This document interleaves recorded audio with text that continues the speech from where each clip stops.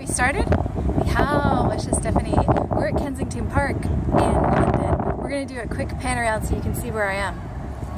Just follow me, follow me, follow me. There's a really cute pond behind me right now, and I just stepped in something gooey. Yay. It's so beautiful here. Okay, so it's going to be windy, but I wanted to get this video out because I've been thinking about this a lot lately. Verb tenses. For those of you who grew up speaking Chinese, I really need your input on this. So please leave comments down in the comment section below. Verb tenses. In English, when you're learning English, when I taught English, we focused on verb tenses as a way to grade the language. Beginners learn these kinds of verb tenses. Elementary, intermediate, advanced students learn those kinds of verb tenses. And a lot, but not all, of the way that we split up the language in order to teach it was based on verb tenses. However, because of the inflections within the English language, verb tenses, right? For example, I was walking, I had walked, the verbs change in English. They don't in Chinese. There are different ways to indicate time. So, how, growing up learning Chinese, and again, this is for native speakers or people that grew up bilingually with Chinese and another language, how was the language taught to you? As far as what did you learn first, and what came after that, and that kind of thing. I know I'm kind of conflating two things, aren't I? Evan, could you nod? Am I conflating two things? The first thing I was talking about, my husband's actually filming this. He's being very quiet right now.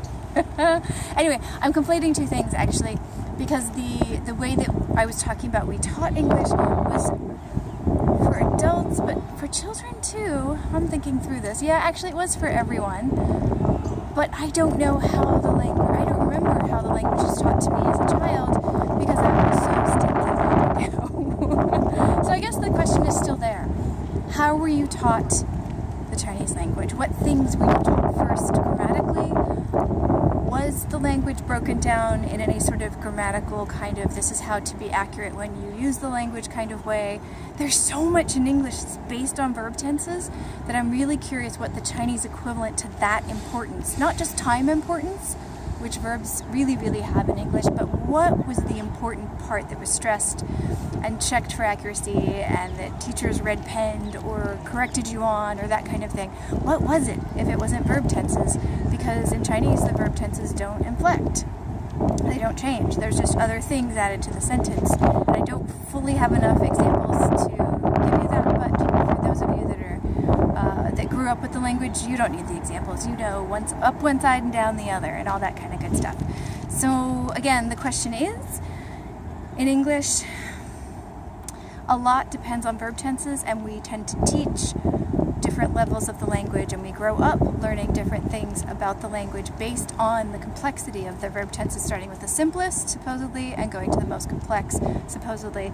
And sometimes depending on frequency, but more so complexity, I think. I'm overthinking this now. But anyway, but in Chinese, when you grow up with the language, or when you learn it as an adult, but more so when you grow up with it, what is that? What is the thing that is stressed the most that you really don't want to mess up because it'll confuse meaning? Don't worry, if that seems unclear, I will make the title of this the full question in its simplest form, but I wanted to get that out because verb tenses drive me crazy in English, and I wish we did more of the non-inflected time indicator type thing that some languages, including Chinese,